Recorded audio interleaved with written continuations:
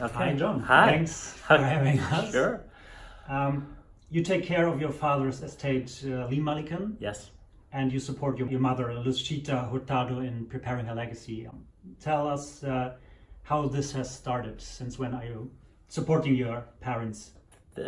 Supporting my parents, I'm not sure if that's quite the right word, but I would say getting involved with my parents and deciding to take care of them and their legacy related to life, really. I mean, it started 5 years ago. I was working as an art director at 20th Century Fox, been there almost 10 years. And I realized my mom was 93 at the time, and that things were changing. And here were these estates of my parents, and mostly my father. My mother her art was basically long time ago, in the past, and was always, her career was something that was not really on her radar, because her lifetime was always about supporting my father. It's a generational thing. So I was working, and I realized that with my mother at 93, dealing with certain health issues that a 93-year-old will have, I was like, okay, I have to make a decision here. Do I just let my parents fade away? Do I just let them live their life and the art just ends up somewhere, wherever it's going to be? Or do I get involved? Do I take a stand for myself? It had to start with me, in realizing, okay, am I ready to leave my job, which I love, to handle my father, to handle my mother, and to finally make order of an estate that was a mess. I mean, there's no words for it. And did your father express any wishes with regard to his estate? All he told me is he said, my art will find its way. And he goes, it's going to be a terrible burden when I'm gone, but the art will find its way. And he is correct. But it had gotten to a point where it had not stagnated, that's not the right word, but it had plateaued. He was known in Los Angeles.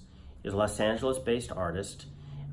He has a dealer here in Los Angeles, Mark Selwyn. We've been with him now for 20 years. But I knew that there could be more. So I knew that I heard my dad. I heard him say, you know, there could be more here. But he knew that it would eventually find its way, and I guess it has. And what were the first steps you took? My first step was organization. My parents, my father is an artist who just made the work. He did the work.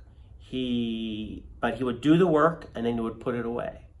And it wasn't important to him necessarily about where it ended up or what happened to it. His joy was in making it and actively making the work. That was the joy of that connection to the creative spirit when he was putting a line on a canvas. That was the joy. When he was drawing, when he was making ceramics, when he was doing bronzes, when he was making, computer, he did computer drawings. He was just someone who was always tapped in, but he would make it and then put it away. So we had in storage units across Los Angeles and in New Mexico, we had these not warehouse spaces, but large space storage units filled with work, covered in dust, in boxes and in sheets. So the first step, which took close to 2 years, was organizing it. Going there, finding it, what do we have? What are we going to do? And then we brought everything to our space here in Los Angeles and just it filled a room up to the ceiling practically with work. And was your mother involved in this process? No. Or would she? She was like, have at it. She was thrilled I was doing it. She was excited that it was finally getting done. But, you know, she's 93 at the time. She just wants to enjoy her time, go to lunch with her friends, you know, a very kind of quiet life. And in the course of finding my father's, you know, organizing my father's work, we found her work that had been buried in storage for 30 or 40 years, covered in dust. I said, Mom, this is all incredible work you have here. She said, it's in the past. Just let it go. And I was like, no, I don't know if I can do that, because my father never got to see the success that he had in his lifetime, really, at all. Certainly not the way he's perceived now. And with my mother still alive, I was determined to do something with it.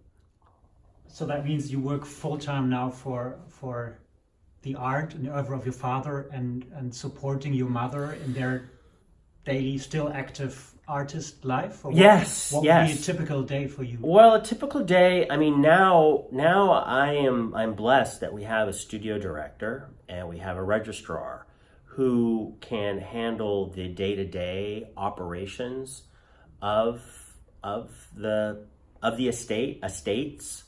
That was not always the case. It was an all hands on deck all the time for me. And I think for me, it was, for any child of an artist, it's an emotional journey. And I knew that there were some days or some meetings where I would turn to people and be like, I'm out. I can't do anymore because it's emotional. You guys are talking about art, but it's my father or it's my mother. So now I manage and direct in the big meetings and from afar when I need to. But the day-to-day operations, I let Ryan and Cole handle, which I'm thrilled that they're doing it. And I'm always available. But a typical day for me now is I handle all the finances, I handle the books, I handle payroll, those kind of things. And I handle the care of my mother, anything related to medical, anything related to day-to-day, for her caregivers, for Brenna, her art assistant. I manage the whole team, but I'm not involved in the day-to-day operations. And you mentioned that you have a brother. Is he involved in it too? He's involved. He lives in Europe. He lives in Berlin, Germany, and so he's got his own career. He's an artist, and he's got his own career. I'll call him up and be like, Matt, you got it. I need help, and he'll come out. He will come out here, and he'll help me, and he certainly helps. I've now been thrown into this art world in the last 5 years, and I've had a learning curve. I come from a business background, mostly in entertainment, so they're similar, but they're different. And certainly Matt has been readily available when I have a question. But as far as the day-to-day operations, he's not here. He's happy to help, but sometimes I gotta be like, okay, Matt, I don't know where you are with your own show and your own openings and your own this and that, but need some help here in LA. Mom and Dad need some help, and he's right here. And what were the first learnings you have made entering the field of the art world? The art world and artist estates, or managing, helping your mother? Oh gosh, I think that for anybody who is the son or daughter of an artist and they're doing what I'm doing, it's an emotional journey. You can't, and to ignore that, I think is a mistake. You have to honor and it's okay to be afraid. It's okay to not be sure. It's okay to be insecure about what to do with the work. And it is emotional for me. I'll look at a painting and a dealer or someone or a collector will be like, I don't like that. Well, that's my dad. how could you not like it? So I've had to learn how to approach that journey for myself and not take it personally, and understand it is a business transaction, and to honor that. But I'd say that the most important thing that I've learned, and I learned quickly, was to honor that emotion, and use that as a guide. And I get this incredible benefit of having this relationship with my father.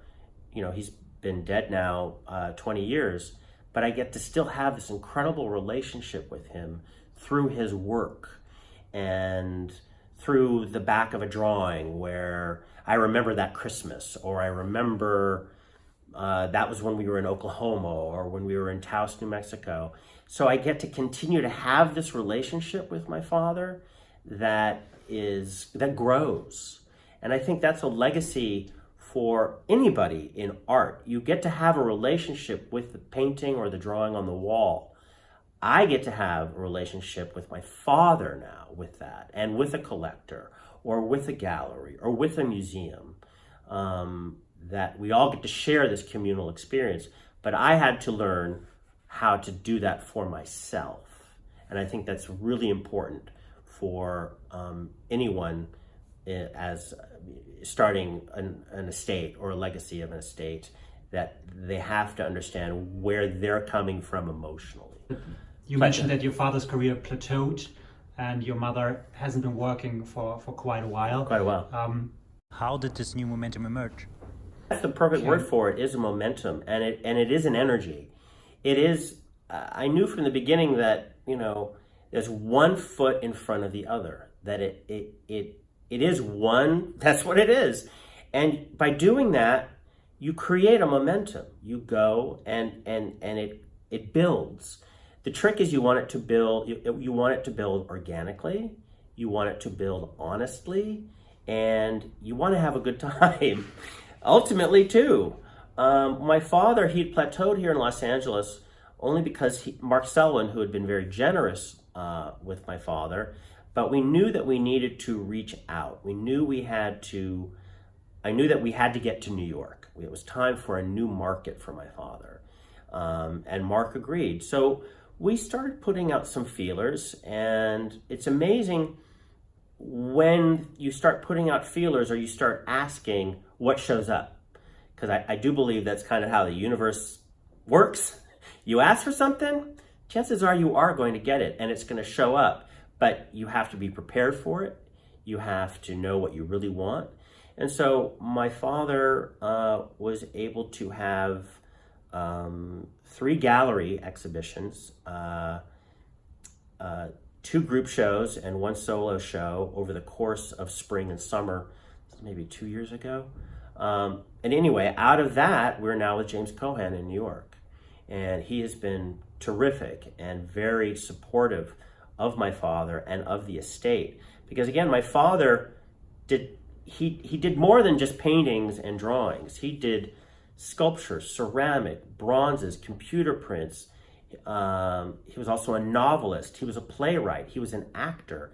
He was someone who, we have this whole studio space filled with work that I hope in the next decade, 2 decades, that more of that is going to be seen, and that people will really begin to understand who Lee Mullican is. And my mother now, she is alive. She is making new work, and she's having a blast. And it fills me with great joy to see that she's getting this experience at 98 years old. And she's really enjoying it. She loves being social. She loves going to openings. She loves travel at 98. So it's a real lesson for all of us that it is never too late. Your dreams that you have or what you want, they're totally attainable. And that is what I've learned through this whole process, related to my parents, that of what we've been able to do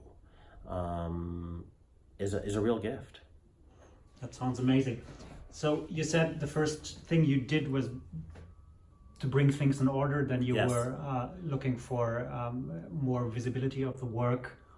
What do you mean? You have a clear script on what to do? What are... I think that it's a very much a personal choice, and I think that there are formulas. You know, first you get a dealer, then you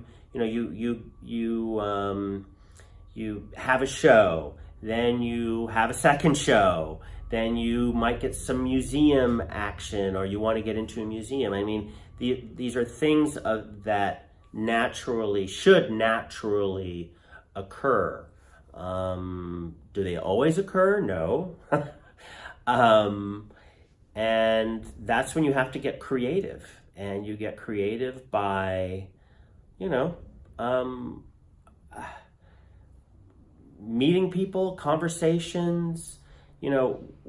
My father, before the New York show, about 3 or 4 years ago, we grabbed the bull by the horns, because we realized that my father, everyone knew his paintings and his drawings, but they didn't know his sculpture.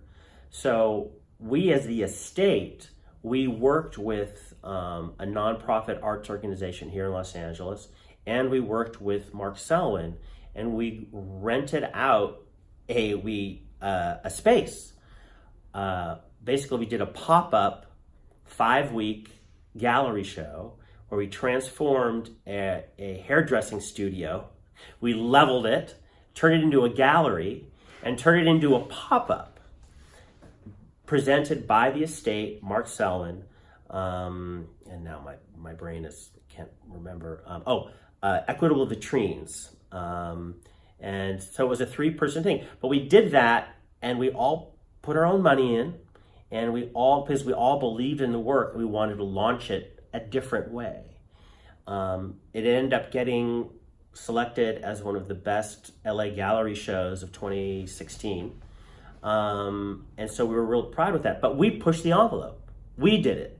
Like, no one knows about his sculptures or his ceramics. So let's do a sculpture and ceramic show. And would that have happened if we just had waited? No, it wouldn't have happened. So you have to kind of get a little creative of moving the needle. And I think that is where my next goal is, to move the needle for both my parents into new territories, and highlighting more of their work.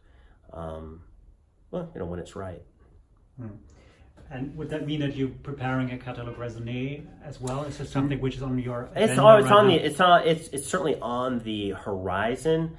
I think that for my father, that is a monumental. It's just a monumental taking. I think my mother is emerging right now. She's this emerging artist at 98, and so we're just enjoying that ride and letting it grow and letting her have this experience. It is happening. This appreciation for older artists, particularly older female artists. It's we know that is what's happening, and that and it's to be celebrated. And I think it's amazing and well deserved and terrific.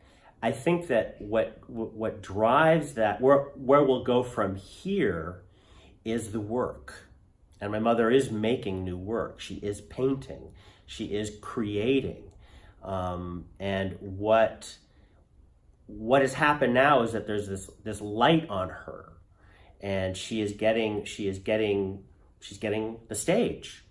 Where we go from this point forward will be really up to her, and how much will be her connection to her work and to the outside world. And it's going to be her choice.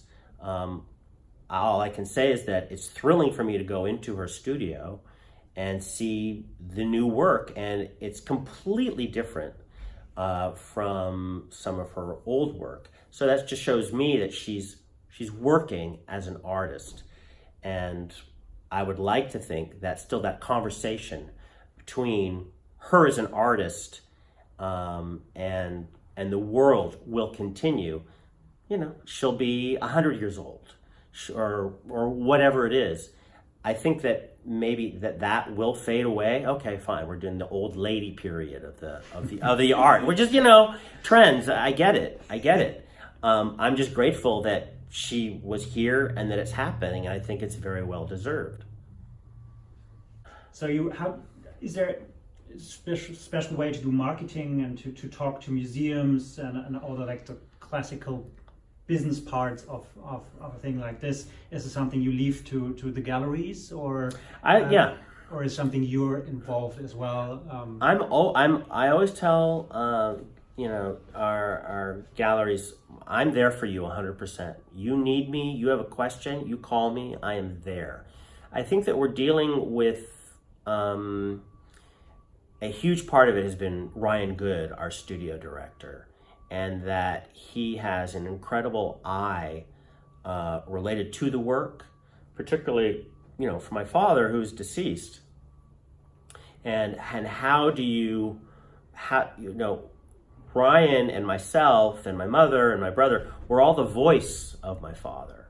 And so it's different when the artist is not living. My mother right now, she gets to make her own decisions. She gets to deal with the gallery, says yes or no, I like this idea, and she will tell you, I don't like that press release. I don't like what you said. That's not true. She's very involved. I find that what drives these conversations are really the relationships. And, I would love for someone to do, a gallery show or a museum show of my dad's ceramics. That could take, 6 months. That could take 6 years. I don't know what the process is, but it's really about relationships and supporting and having vision and, and where you want to go next. But it is about relationships. And I will say this. One of the most important things that I can say that I have brought to the table related to my parents is that I have approached it from a human point of view.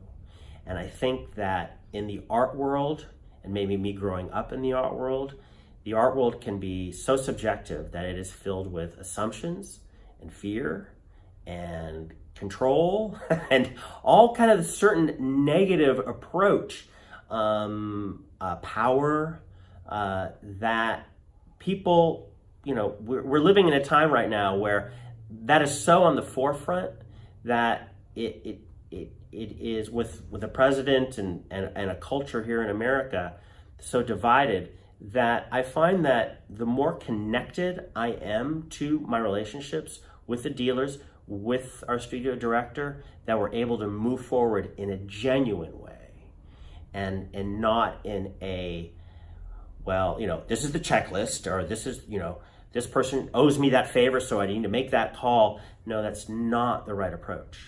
Let it happen. Have a human experience. Bring everyone into the fold. And that's a real gift I can say that we've been having with my dad and my mom is their work is good and it's human. It's real. It's who my dad was and who my mom is a beautiful approach to life. And anybody that gets involved with the estates, I like to, embrace that with them. Come with us. Join us. Join us in this journey. Maybe tell me a bit about this. How does it feel to be in charge for two artists' oeuvre, legacy? I mean, your mother is still very in charge. You mentioned, but like to be one of the let's say promoters, managers of your parents at the same time. I mean, I think it's a rare situation that you have one child, two artists, and taking care of this huge oeuvre and the emotions you have with two parents. Yes, of course. Oh yeah. How does it feel? It can be completely overwhelming. But for the most part, it feels good. It feels really good. I know what my boundaries are. and I have to know that. I can be on a conference call on a phone, or I can be at a studio meeting, or I can be somewhere and we'll be talking about something related to the work or my mother or my father, and it will become too much for me.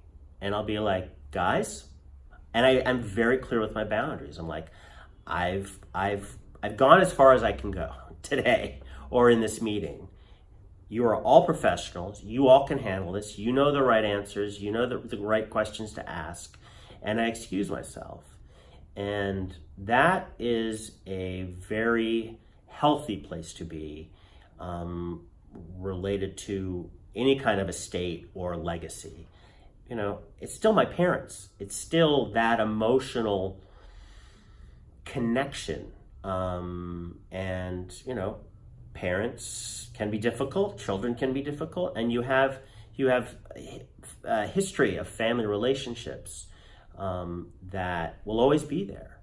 And it's a matter of managing and understanding your relationship to yourself regarding your parents. I am in a unique situation that it's both my parents. When I started this 5 years ago, I wasn't thinking about my mother as an artist. I really wasn't. Not until the journey began, and one foot in front of the other, and paying attention to that and being like, no, we have an incredible opportunity here that presented itself. And I certainly could have been like, no, I'm not going to look at my mom. I'm just going to handle my dad. That's enough. But you just you have to trust that process. But it can be a lot. But I think that it is such a gift, and it is such a journey of the heart and a journey of love that I'm getting, and that I'm able to share with my parents and with the world. It's a huge gift. As I've gotten older, certainly when I was a kid and I would see my dad painting or drawing, he was just doing it all the time.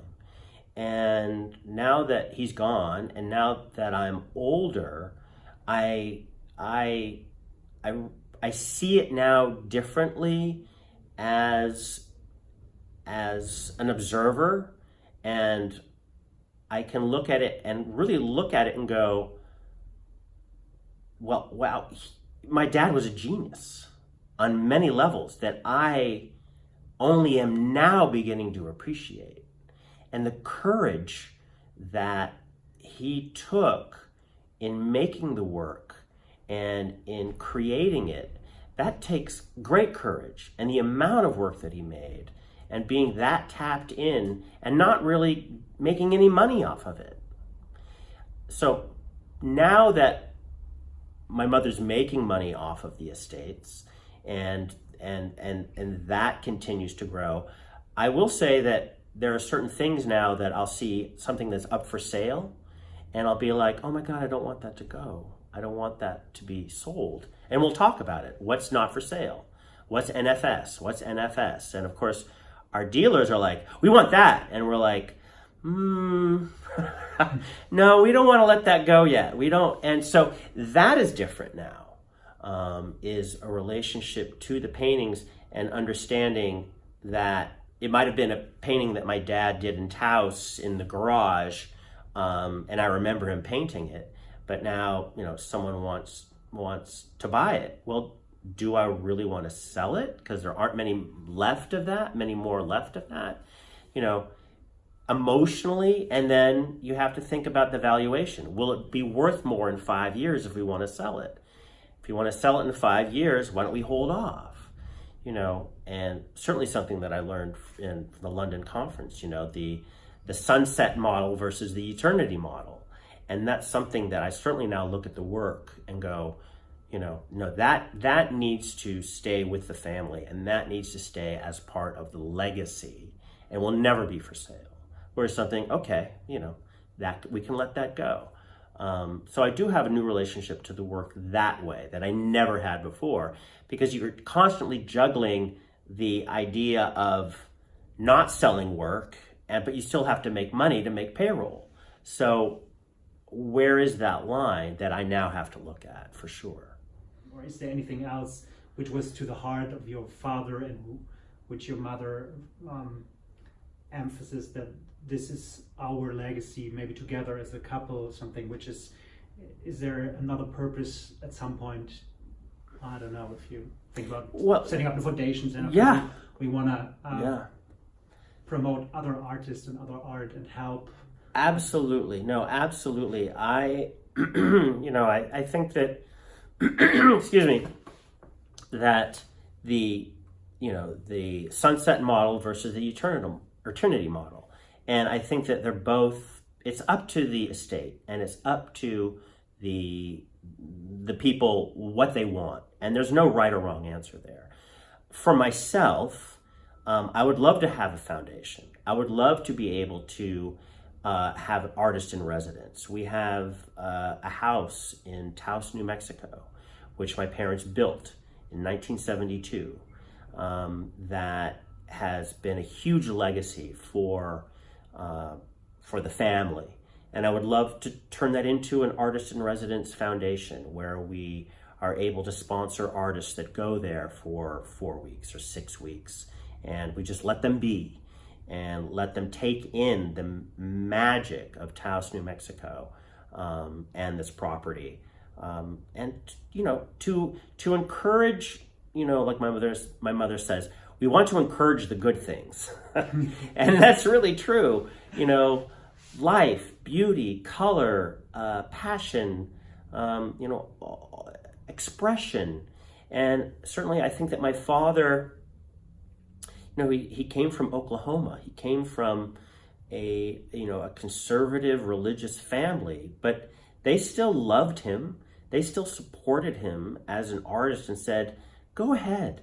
My mother's Venezuelan, grew up in Caracas, heavy Catholic family, and she was the artist. I think that the artists will always continue and will always be here, but I think that as far as the Luchita Hurtado or the Lee Mullican estate, that will be able to uplift and be able to give an artist a break or a chance to express themselves in a world that, unfortunately, in America, art programs are being cut left and right.